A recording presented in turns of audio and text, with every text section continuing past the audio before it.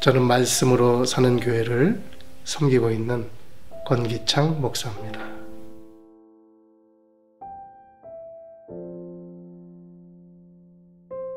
저는 한국에서 목사 안수를 받고 부교육자 생활을 쭉 하다가 이제 미국에 와서 부교육자 생활만 한국하고 미국에서 23년을 했습니다.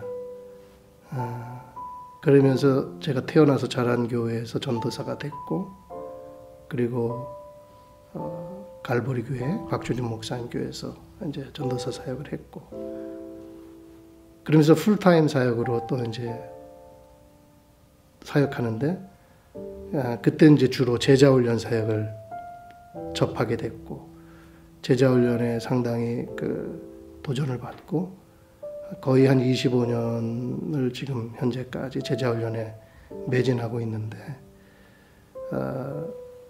우리 말씀으로 사는 교회는 주님이 이제 개척하게 하셔서 올해가 이제 9주년째 되는데, 사실은 부교육자 생활하면서 저는 내가 맡은 분야만 열심히 하면 되니까, 또 교회에 무슨 사역하다가 어떤 분이 그 사역을 내려놓게 되면 맨파워들이 많으니까 다른 분을 대처하고 그냥 시스템으로 23년 동안 어떻게 보면은 그 교회를 어느 부분을 세우는 데 있어서 기술적인 목사였다 그럴까?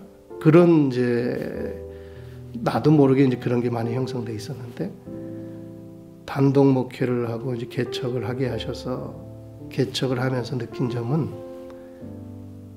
한 영혼이 이렇게 그룹으로 보이고, 이렇게 좀 교회가 어떤 사역을 할 때도 사역적으로 보이고 시스템으로 보이고, 그리고 어떤 사역이 부족하면 다른 사역으로 대체하고 다른 사람으로 대체하는 그런 일에 어떻게 보면 능숙해져 있었는데, 개척을 하고 보니까 한 영혼, 어린아이 하나,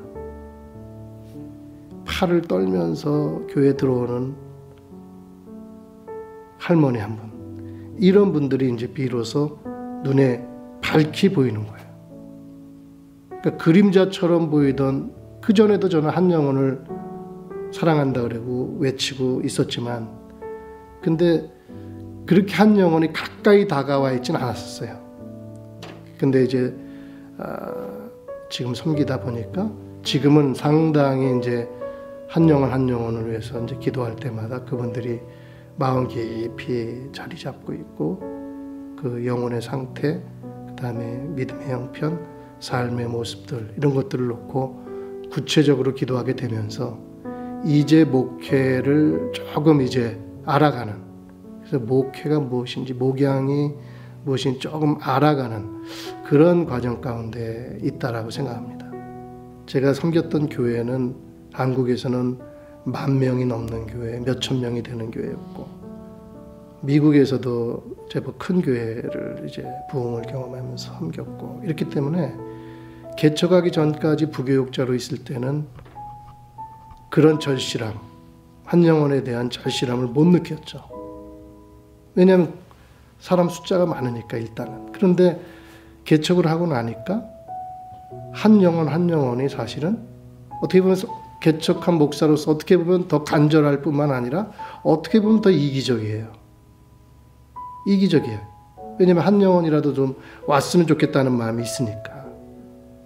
근데 그걸 뛰어넘어서 어느 순간에는 주님 앞에 엎드릴 때에 그 영혼의 그 간절함이 보이고, 또 내가 그를 위해서 정말 예수님처럼 내 생명을 목사로서 내놓을 수 있는가, 전부 나의 모든 걸 그를 위해서 드릴 수 있는가 고민하게 되고, 그렇게 할 때 어느 순간에는 그러한 임계점을 넘어서 그런 이제 겸손하게 그분들을 받아들이는, 그래서 내 마음으로 받아들이고 삶으로 받아들여서 가까이 마음에 모시니까 그 한 영혼 한 영혼이 정말 가족 같고 누님 같고 아버님 같고 정말 가깝게 느껴진 주님 안에서 그런 것들을 예전에는 못 느꼈는데 이제 개척하고 나서 어느 시점이 지나면서 그런 것들을 느끼게 되고 지금은 내가 이분들을 위해서 내가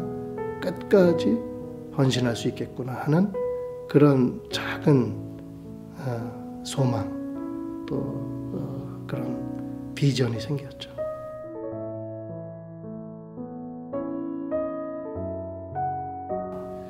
강소교회는 강할 강자에 힐소자.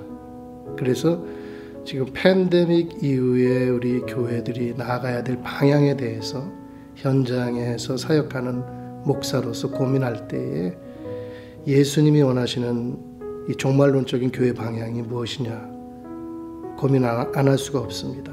근데 고민해본 결과 또 기도한 결과 또 성경에 대해서 연구해본 결과 지금 이 3년 동안의 팬데믹을 통해서 하나님 우리한테 깨닫게 하시는 게 저 개인적으로도 그렇고 또 함께하는 목사님들의 고민도 그렇고 교회의 그 종말론적인 방향, 교회의 궁극적인 모습을 향해서 우리 이 시대의 교회가 나가야 되는데 이 팬데믹이 어떻게 보면 교회를 향한 또 세상을 향한 하나님의 확성기와 같다. 근데 이때 하나님의 음성을 제대로 교회가 듣지 못하고 또 저가 듣지 못하고 기존에 왔던 대로 교회가 계속해서 나간다면 저한테는 상당히 하나님 앞에 죄송할 것 같아요. 그래서 이 3년을 돌아보면서 교회를 향하신 하나님의 말씀이 뭘까 생각해 볼 때 그것은 예수님에게 답이 있다. 그래서 예수님이 원하시는 대로 두 건축자가 있는데 사탄과 하나님이 건축자신데 사탄은 바벨론을 건축하는 자고 하나님은 예루살렘 성을 세우는데 두 성의 차이점은 요한계시록 18장과 21장의 수식어의 차이다. 큰 성 바벨론, 거룩한 새 예루살렘 성. 교회의 궁극적인 모습은